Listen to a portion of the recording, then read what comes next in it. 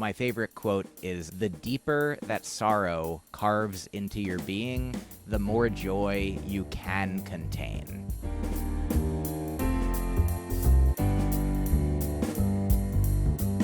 Welcome to the Hen Report from our hen house. This is Jasmin Singer. This is Mariann Sullivan. And today we're going to be joined by someone who you know and love, and we know and love, comedian Myq Kaplan, who is both vegan and funny at the same time, which is not always easy. So, Myq, welcome back to the show. We're so excited that you are here. I'm always happy to be here. I love you guys. Thank you so much for having me.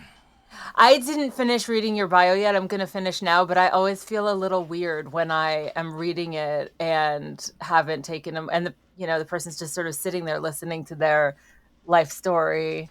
I find that one of the most awkward things. Like, I was recently emceeing an event and I was sitting right there and they're reading my bio and I sort of wanted to die, but I don't really know why, because I don't either. It's kind of normal. Well, I think you're both right. I think it is a standard thing that happens, and also in the grandest scheme of things, it is weird to have people talk about you while you are there, like talking about you behind your back, of course, but in front of your face about you. But like sometimes as a comedian, when I'm on a show with other comedians, the host might say, "How would you like me to introduce you?" And then I can let them know. You can say, I've got this new special coming out, or I've been on this late night show, or it doesn't matter. Just say something that is true and kind. If it's a friend, speak from your heart. Sometimes as a joke, I'll say, "Speak from your heart and have your heart deliver these credits exactly."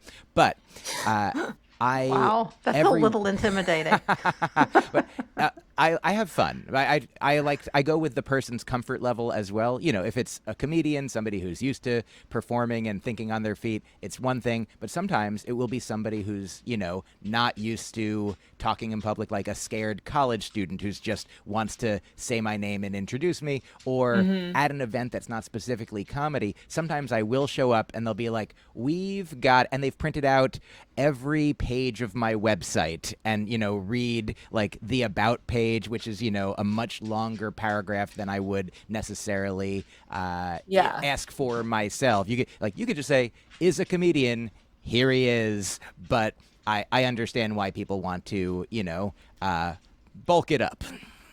Yeah, I mean, I'm torn because I kind of want to just say, like, I want to introduce you in a way you've never been introduced. But I also want to say that you've been on The Tonight Show, Conan, The Late Show with David Letterman, Late Night with Seth Meyers. You have your own half-hour Comedy Central Presents special. You have a 1-hour special on Amazon, Small, Dork, and Handsome.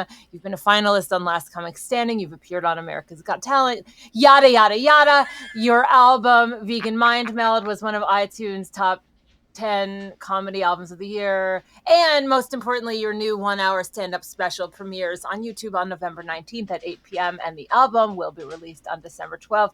And I want to say that stuff, but I also want to say something that you've never, ever been introduced with. So what would that be?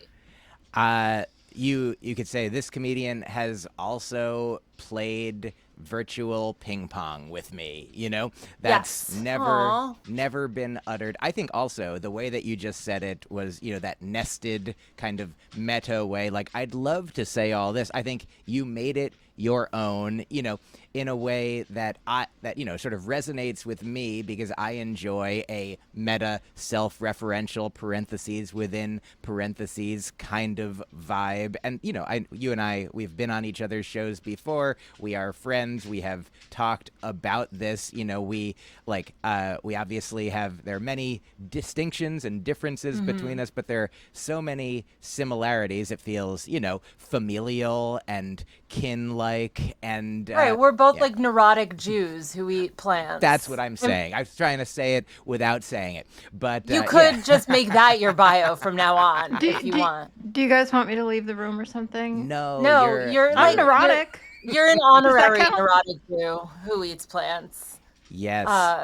Regardless of... I also think, I was thinking about it as you guys were gabbing away, which you both tend to do, and that, the introduction, it may feel like it's like a little self-aggrandizing to have, everybody, but at the same time, it's sort of modest because it implies that not everybody out there knows who I am. I mean, I should explain who I am. So I don't think there's anything to be embarrassed about.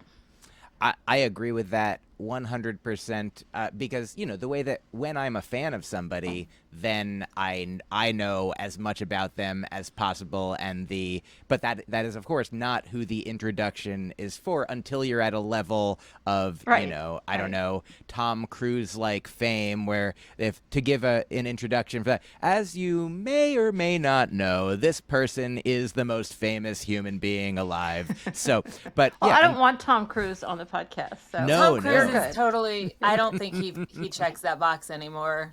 Yeah, I think he's kind of over. Ooh, I said it. Well, he's pretty old.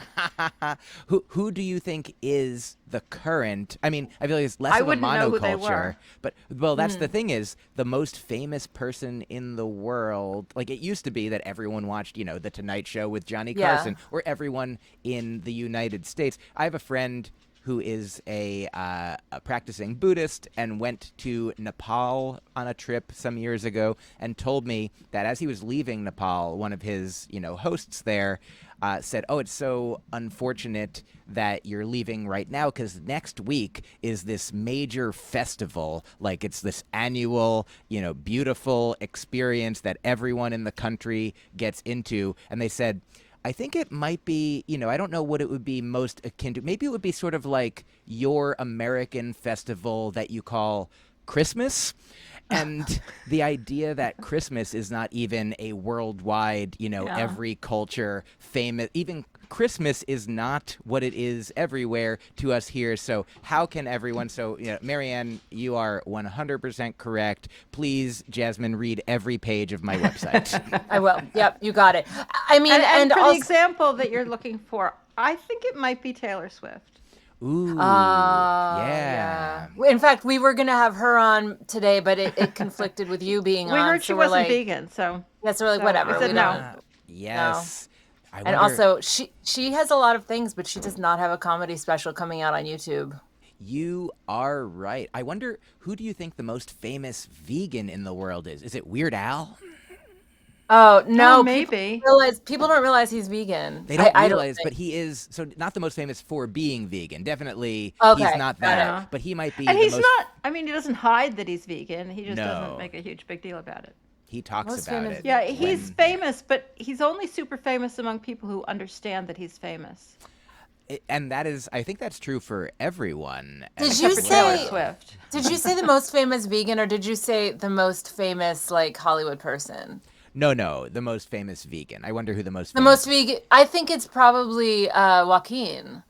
Okay, But- yeah, Okay. that makes sense. What about Paul McCartney? No. Is he totally vegan?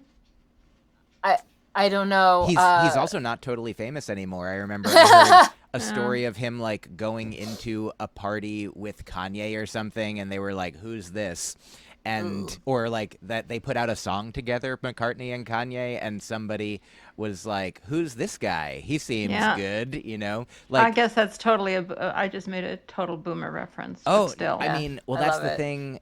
Is there is no monoculture, be it, geographically worldwide or chronologically, because, today we have access to all of the information that is on the internet, which includes 100 years ago, nobody knew the most famous person across the world because you weren't there and you needed to be there. Like, have you Right. guys ever heard of Grok the Clown? no. No. That is the name of once the highest paid performer in Europe, who I think died last century. And I always like to think about that when thinking about fame and how fleeting it can be, because he was clearly like a lot of people knew him, and now only the people that I tell about him. Check out his Wikipedia, everyone. He doesn't have a special coming out next week either. But yeah, it's. I think the fact is that fame is not the most important thing. Of course, the most important thing is being vegan. Absolutely. You're so funny because I know that you do interviews all the time, And I kept drumming it in, like, just remember, we need to talk about like animals and veganism. I just love how seriously you're taking my directive. Oh. Like, I think no, I'm here for it. So I actually, let's start with just a simple little question. Hmm. What is your theory on why otherwise good people feel comfortable eating animals? Yeah, I think that part of it is the way that we, all humans compartmentalize and tell stories about things that are, like from only reading the headline, which doesn't tell you the whole truth about the story because the headline is clickbaity and only there to get you to, keep getting ad revenue to that website, and you don't get to actually learn the facts of what's going on. I think that, like, the equivalent of that in the world of people who are involved in eating animals, like the fact that the name of the food is not the name of the animal for most of the foods. Like, Right. people don't say, like, may I have one cow, please? They call it, Mhm. beef. They, obviously deer, venison, sheep, mutton. For the birds, it's an interesting thing because, yeah, obviously chicken and turkey are the same, but it's treated differently. It's treated. Do you know about mass nouns versus count nouns? Like, a count No. noun is something that you can count, like, one chair, two bananas. But a mass noun is something like water, like how much water, as opposed to how many bananas, or sand. Even you could count grains of sand, but as a generality, sand is a mass noun. And so chickens are count nouns. Chickens, like, Hmm. but chicken, as what people call it Hmm. for the food, is like, just, it's just a mass of chicken, it's just a bunch of stuff. And so I have a friend who when she asks people about what they eat, she'll say, like, do you eat chickens? And I feel like that is like a Yeah. thing that can jostle, the cognitive experience. Well, and when you said cow, like, can I have a cow? Like, that would be a massive meal. So it would more be like, can I have a very small portion of a cow smushed together with other pieces of One other mammal that cows? we do call by, except it totally fits. I really like this. I like that they have nouns. They have names too. Mass nouns and counting nouns. Yeah, mass nouns and count nouns. Um, so that's a good explanation because there is one mammal. We do say lamb, the cutest animal Mm, that we eat, arguably, though they're all cute in their own way. And we still yes. people are just perfectly comfortable saying, "Oh yeah, I'll have the lamb."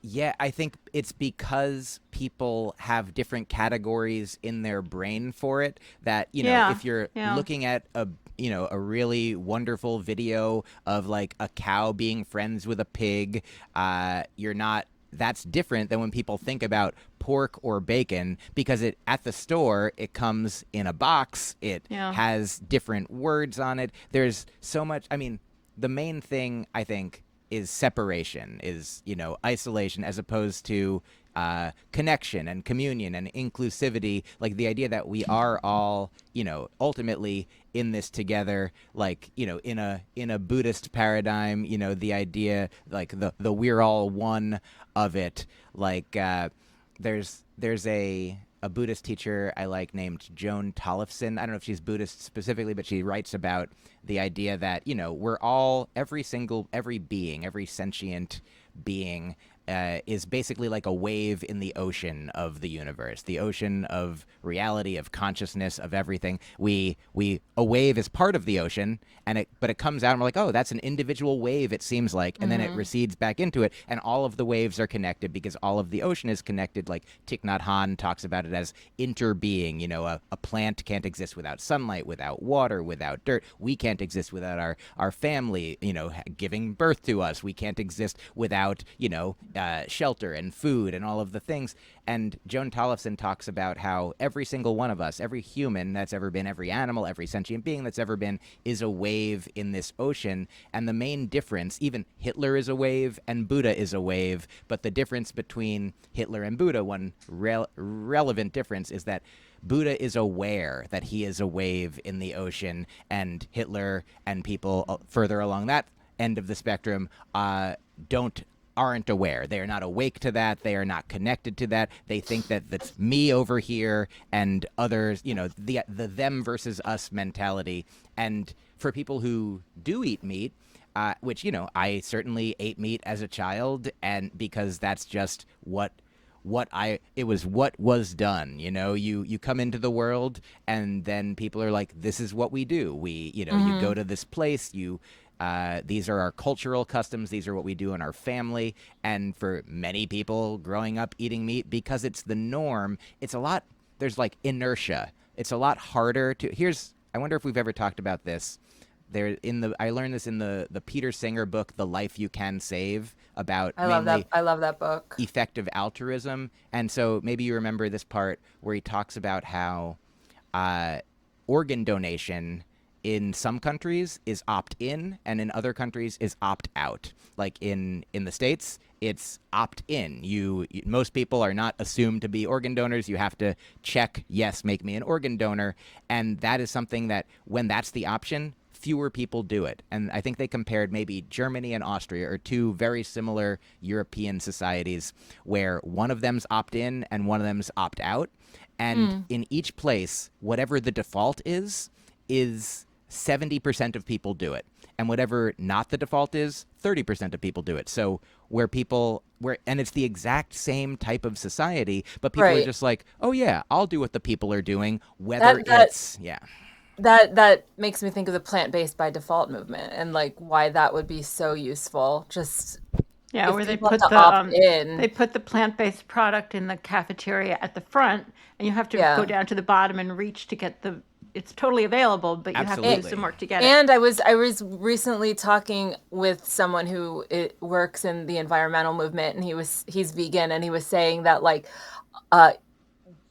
the events that they put together, which are these massive events, are now like vegan by default, but you would have to choose the meat. And he's like, no one does. And that, to me, in environmentalism specifically, is such a colossal shift from what there used to be. I want to tell you this little story and get both of your thoughts on it, because it's so relevant to what we're talking about.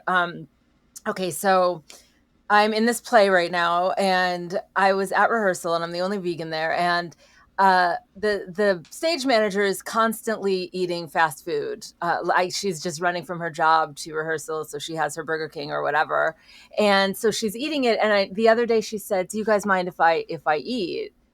And I think like maybe someone had said something to her, you should ask for permission. And I just didn't reply, because I don't care if you eat, but I don't want that to be what you're eating in front of me. But that wasn't the question, so I just didn't reply. But I did say something to an actor who was next to me, and he was like, yeah, I'm really bothered too when people eat fast food around me, which I found weird because he's a meat eater. But then a few minutes later, I was talking about this new PBS documentary that came out about pigeons, which is excellent, by the way. I totally recommend it. And how great pigeons are, and how they were brought here by the Dutch as food animals, and they escaped. And so they're sort of iconic to me. And the stage manager was like eating her burger, and she says, who would ever think to eat a pigeon?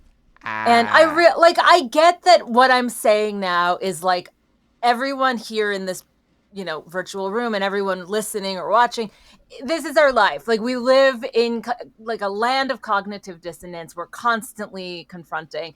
Every now and then something feels like more annoying to me than something else. And I said, well, I don't think people thought of eating a pigeon until someone ate a pigeon. She takes her bite of the cow. And I don't really know, like, why that moment really struck me. I'm still bothered by it. So I'm sure you, as a neurotic New York Jew, you've done your share of therapy.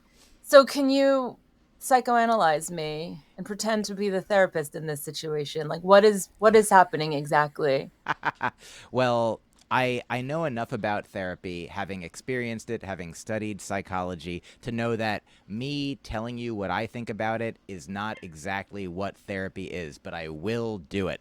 Because if I were a But it is therapist, what a podcast is. So oh, absolutely. Yeah, if I were a therapist, I would center it back on you. But since I'm a podcast guest, I'll take the wheel. Okay.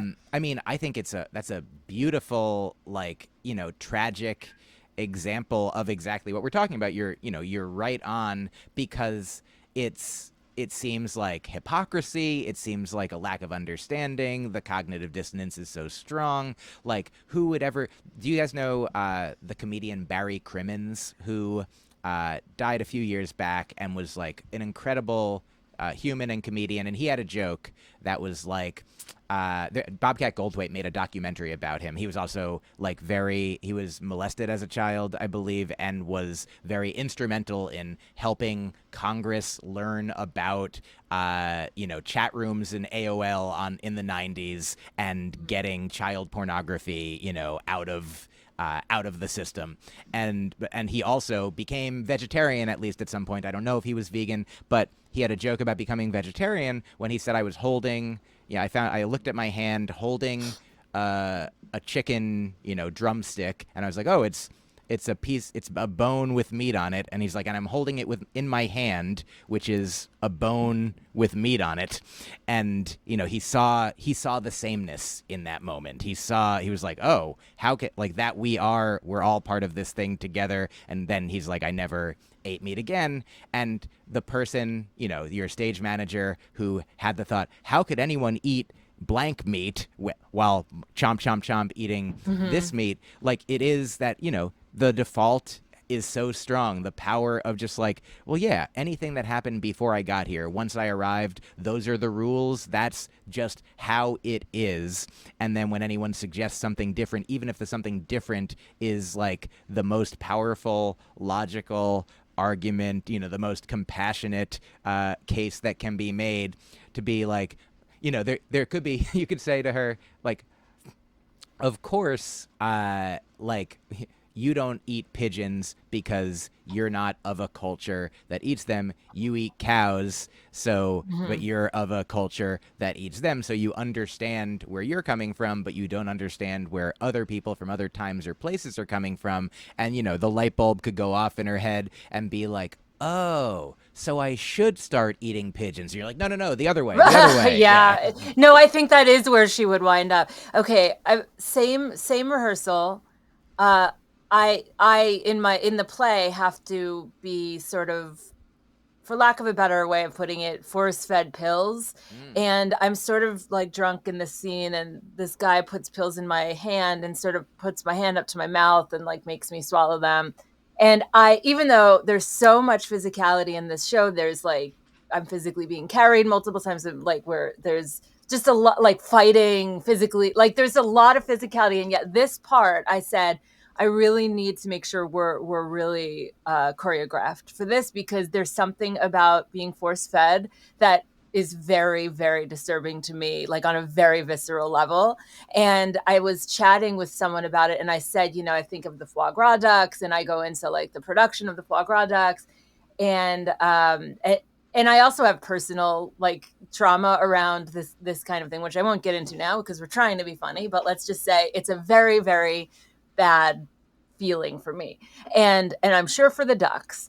And so so I was talking to the one actor about the foie gras, and he's like, yeah, wow, I didn't know. And then the other actor next to him goes, but it's so delicious, I'll see myself out, and just kind of fussy old gay guy gets up and like leaves. And I'm thinking, like, on what planet do you think that's funny right now? And I guess I want to get your thoughts on that, because you are genuinely funny, and you take really deep, difficult things and somehow, I'm going to say, twist them into a way that they are funny, because that's your cleverness and the way you think. So can you just talk a little bit about humor and veganism? Because especially as an antidote to that horrible moment I experienced at rehearsal, I just make it make sense. Yeah. So I wonder if I've ever shared this with you. One of my, first of all, thank you for the kind words. You're very generous and thoughtful. Always. Do you know from the book The Prophet by Khalil Gibran? My favorite quote from it is the deeper that sorrow carves into your being, the more joy you can contain. And it Mm. doesn't mean that every bit of Wow. sorrow does, correspond to some requisite amount of joy, but it can, like if, like the fact that, like when we lose, a loved one, if we know someone who we love and they die, like the grief is sort of, equivalent to the amount of love that we felt. Like grief is the price we pay for love, it's been said. And so I feel like humor and finding joy in difficult topics, in painful topics, like obviously that situation, that's not what that person was doing to you.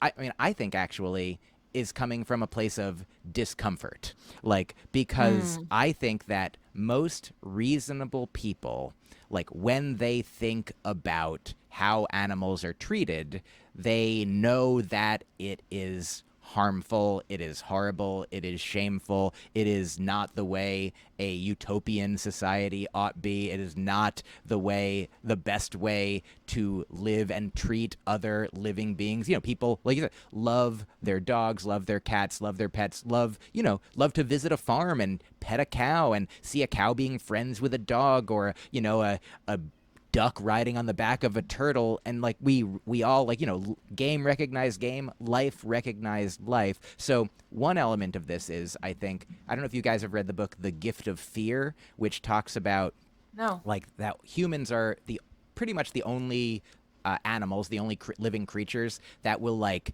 downplay our fear response in some situations, sometimes via humor. Like, whereas if a gazelle is either chilling or senses a predator and is running, it's like there's no like, I wonder if I should worry about a thing for next week. I've got this grass that I need to eat. Maybe I can eat more of it now. Like, it's in the moment, and if there's fear, then it's doing it. But humans, there's like one example in this book of like a package gets delivered to an office, and somebody's like, well, it doesn't have a label, and somebody's like, oh, I'm gonna go over there while you open it because I don't want to be there when the bomb goes off. And it is a bomb that was delivered by the Unabomber, and the person, they were using humor because their fear detector was going off, but they didn't know how to like they didn't know that's what was happening, but their fear was protecting them, but it was coming out as laughter, as this awkward joke that saved their life because they did go to the other side of the building. Mm. And so that person who said, but it's delicious, like,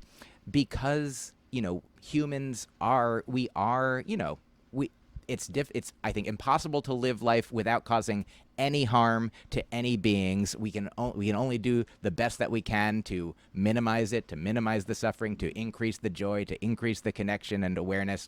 And so I do think that, like, what he's doing there is like an uncomfortable joke that represents how he is insecure and self-conscious and like, because you're not there being like, hey everyone, you have to be vegan. Like, when somebody asks me, do you mind if I eat this in front of you? And I'm like, well, it's not where you're eating it that matters. It's not Right. like, oh yeah, if you want to, you don't have to hide from me. I mean, but if you're concerned about what I truly think and feel and believe, like, I'm not going to I'm not going to unforce feed anyone, because that would probably be equivalently, like, I'm not going to take food out of your hand, out of your mouth.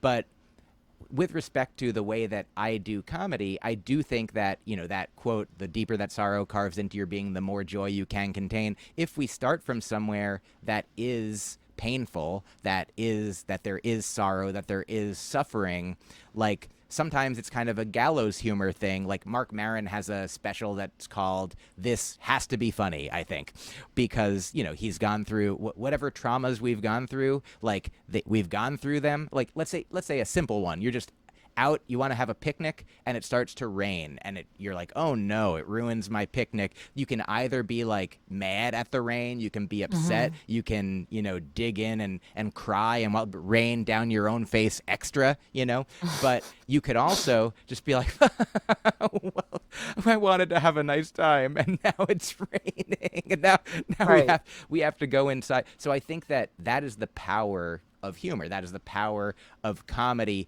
to acknowledge what is happening. Like there's another a Buddhist teacher I like, Suzuki Roshi, Shunryu Suzuki, his given name, I think. And he said to his students, he says, "You are all perfect exactly as you are, and you can use some improvement."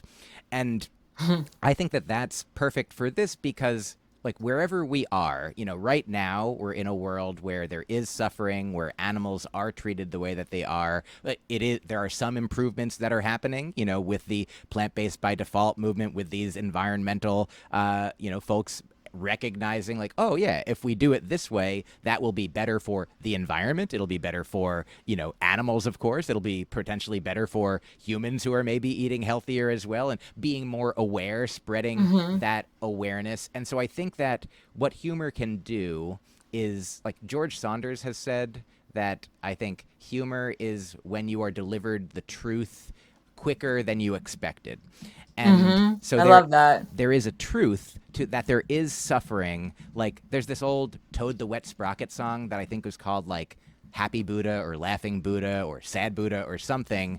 And I think the opening lyrics or something is like, life is suffering, ha ha, hee hee, and like the fact that there is suffering is, kind of in a way a cosmic joke of itself. And then the Buddhists call it the first arrow, maybe the idea that like pain is mandatory, suffering is optional in certain circumstances. Like for our own experiences, we get shot with an arrow. We can't help getting shot with the first metaphorical arrow, that we're in this life where we're going to age, we're going to, hopefully get old, get sick, and die. Not everybody gets to do all of those things, but we're definitely going to die. And many people get old, and many people get sick.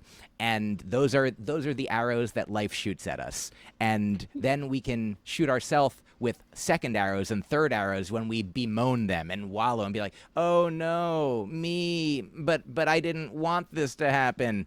And so if we can do that in a way that isn't wallowy, but is just sort of like acknowledgy, or like acknowledge, and we, like, I guess that's just the thing is, I love, I love knowing what is true or determining what is true, like for me in my own experience and in the world around me, and then finding the people who, who I resonate with, because obviously I appreciate and accept your assignation as vegan and funny. And yet there are also people who, when they hear, like I have some videos out there where people comment like, hey, thanks for telling me that you're vegan so I could turn it off. And I'm like, but that's, well, okay. Thanks for commenting on the video, because that helps.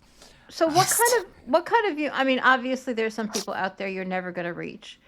But I would say that right now, not about veganism, but about politics. We were talking about this a little bit before we started talking, that comedians are really at the forefront of the resistance at the moment. Obviously Jimmy Kimmel, Stephen Colbert, like really, it's really an important moment, I think, for comedy to like demonstrate its power. So how do you, of course they're dealing with an easy topic. Eating animals is a much tougher topic to get people to laugh at, when they. So how do you slide it in? Obviously, some people are going to say that, but you do seem to reach a lot of people who aren't vegan who still manage to laugh at your jokes. One of the things you do is you make fun of vegans, but in the gentlest, nicest way, kind of an opening way. That's not a criticism. And, that is something that appeals to people. But what are your other, how do you do that? Stay honest about what you really feel, but also be funny.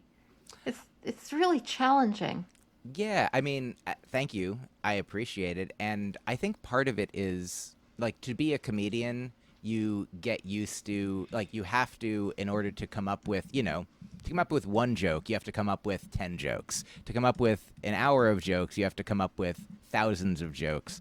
And so one of the ways that I determine what is fun, there's what's funny to me, there's what's meaningful to me, there's what's important to me, that I'm like, I think I can share this. And then I go out, and it could be, like they say Edison, like there were like 1,000 attempts at the light bulb before he found the successful one. And he didn't see it as 999 failures. He thought it as 999 steps along the path to succeeding at creating the light bulb. And so, for all of the specials that you see of mine, all of the, the completed hours, the albums, the live shows that are a honed, curated, set, like there are numerous, almost empty rooms, fuller rooms, like just full of audiences who have seen me tell half a joke, try a joke one way before figuring out, that'll be better tomorrow. For men, if you were here tomorrow, you would get the reap the benefits of the suffering that I just caused you. Man, the joy that is going to result in the sorrow that I've carved into you today from other people. Oh man, I just, it's going to be beautiful. But I do think that, I think comedy and art in general, has always been, like, as far as, in society today, yes, like the rise of certain podcasters, certain podcasts have certainly introduced some people to, different kinds of comedy. And yeah, obviously, yeah, your Kimmels and your Colberts and Seth Meyers are out there, like, really, like, comedying the good fight. And who knows how many people they're reaching who, do or don't agree with them, or John Oliver. Like, there's so many people who are, like, really, like, telling the truth and demonstrating, like, look, this is what's happening, and this is hopefully what we can do about it. The Daily Show, Jon Stewart, like, there are, of course, so many people, like, using their platforms to try and, I guess the interesting thing is, like, I feel like Jon Stewart specifically has always been like, I am but a comedian. I am a humble clown. I am but a jester. I'm not a journalist. I'm not doing something quote unquote important. And of course he is. And I'm sure that he's aware that he is. But also, if he said, I am here to do something important, I am a comedian speaking truth to power, and that is what is necessary in this time, then people could be like, well, that's a little pretentious. That's a little pompous. That's a little. So I feel like, erring on the side of humility, but which is also the truth, because as a comedian, you want to find the laugh. And if you want to find, what's funny about something, you can do it about anything. And so I do think when you do it about real world topics, like be it veganism or the political landscape today, like, I do think that not all comedy necessarily has the power or ring of truth to it, but there is a way that when a joke is true and a joke is, powerful, that, like, there's an old, I know, I feel like he is infused through comedy history, and I'm sorry to evoke, but I feel like there's a great joke by Louis C.K. from years ago that when he talked about, he said, I know that eating animals, I know that killing animals is wrong, I just don't care that it's wrong. And I think that captures, like, something about the zeitgeist of that's what people feel. They know it, and they don't care enough, or they want to avoid it. They want to avoid the documentaries. They want to avoid the information, because if you get too much information, then you almost have to do something. You can't. The cognitive dissonance will eventually, shatter you, hopefully, in some sort of epiphany, in like a Zen koan-like way. Be like, if this, then that, but that. So I guess that was the way that I became first vegetarian and then vegan, was like, I believe, here's a funny story, I think, that will illustrate this. I had a friend in college who hated cream cheese. That was like the main thing I knew about her, any form of cream cheese. And we were in the dining hall, and she was eating a carrot cake that had cream cheese frosting. And everybody in the story is vegan now. Everything's great now. But at the time, we were all, It was Myq, I'm sure, right? Yes, With the yes, of course, cream of course. cheese.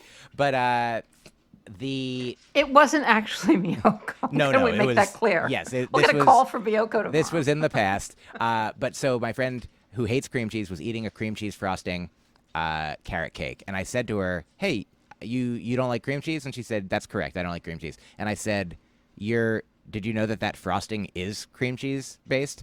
And then I was like, "Do you like that? You like what you're eating?" And she's like, "I do like it." I was like, "Did you know that it's cream cheese based?" And then she, after having said she liked it, pushed it away from her and said, "I guess I don't like it then."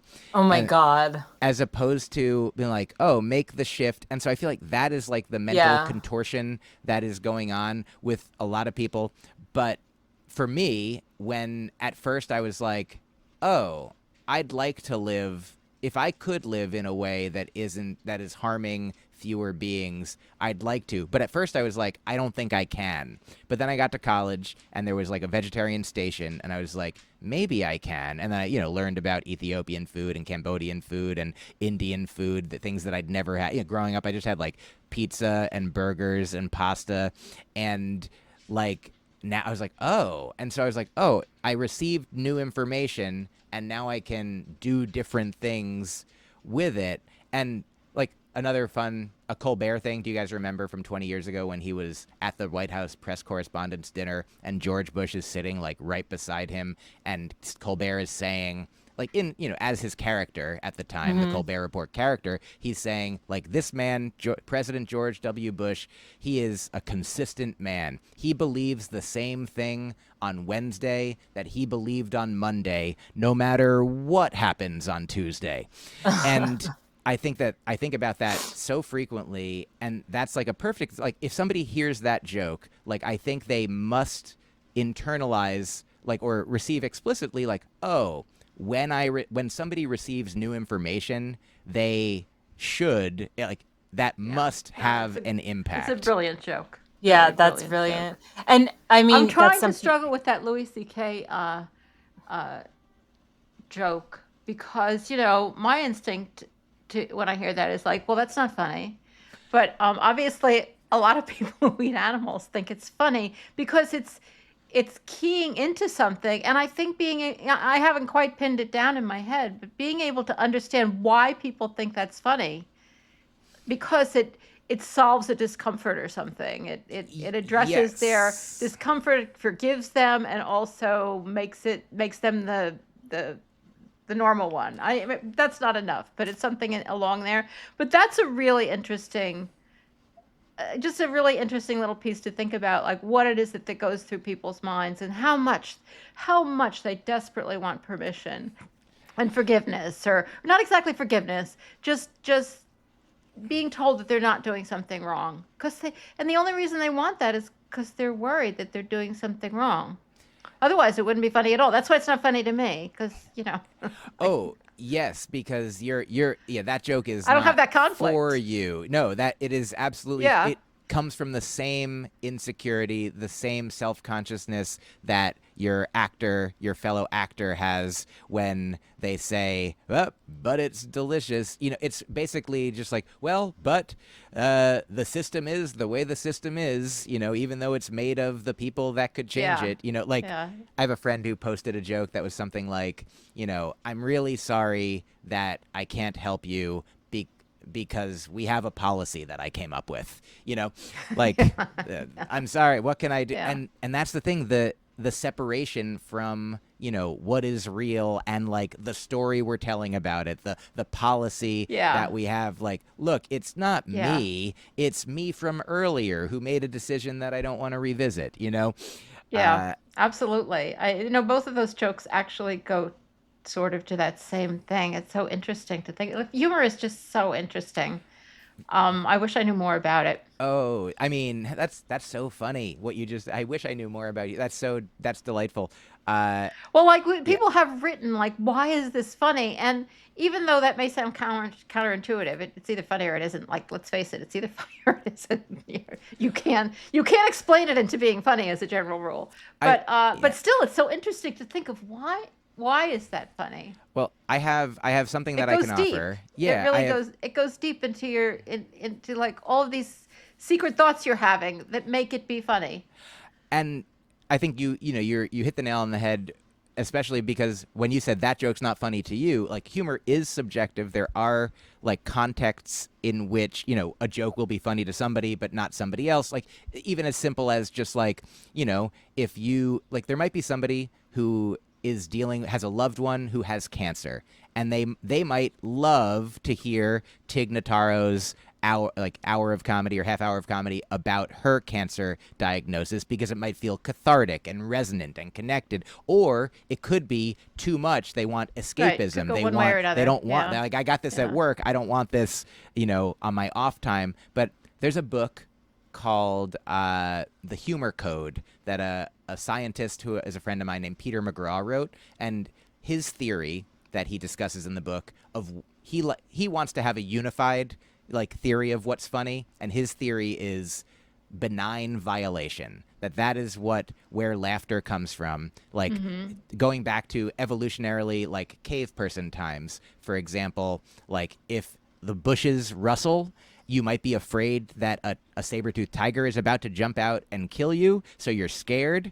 It's a violation. But then if your friend jumps out, you're like, oh, and you might laugh like out of the relief that you're still alive. It's actually benign. And so in comedy, for example, like Sarah Silverman early on was, a really sharp satirist and might say things that on paper would be like, oh, this is about race, this is about gender, this might be, if somebody really believed the things that she was saying, that would be not a person that you'd want to be your friend, but because she's saying it like to lampoon racism, to lampoon, sexual assault or what have you. Like, it's not to say that everyone will find the jokes funny, but if you know that she's a kind-hearted person intending them, it's a benign violation. Yeah. Has the Yeah. appearance of a No, violation, it does. but it is Really. benign. It's really important where it's coming from. That makes it a huge big deal. I don't know whether I agree that there's one theory of comedy, because Oh. that wouldn't explain why French people aren't funny at all, even though they think they are. And Yes. the Irish, I think, not that I'm Irish from Ireland, but I think everybody from Ireland is hilarious. Like there's got to be something cultural about it. Absolutely. I also don't know that everything has been captured in this one neat little package, but here's one other joke I want to share with you that I wish I knew who it was, because I heard it on a joke compilation years ago. It was a collection of jokes about cars. And the joke was a guy, he's like, I was driving and I saw a sign that said bump ahead. And then I drove a little further and I saw a sign that said bump. And then a little later, there was a bump. And I was like, if you know where it is, why don't you fix it? And I love that. And then I shared that with Rini, my wonderful partner, whose name is the same name as my special that comes out next week.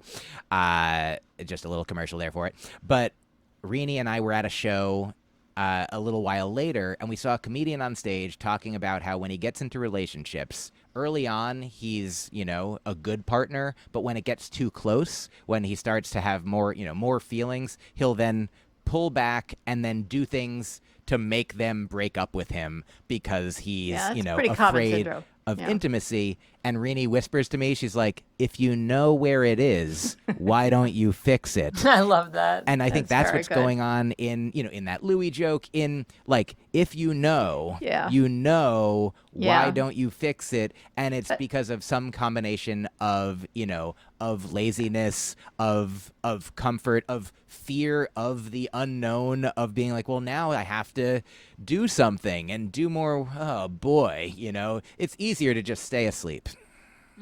Well, Mike, now that you've told us about the special, tell us more about the special before Sure. Where before can we, people before we watch leave you, it? because people will want to tune Yes, of course.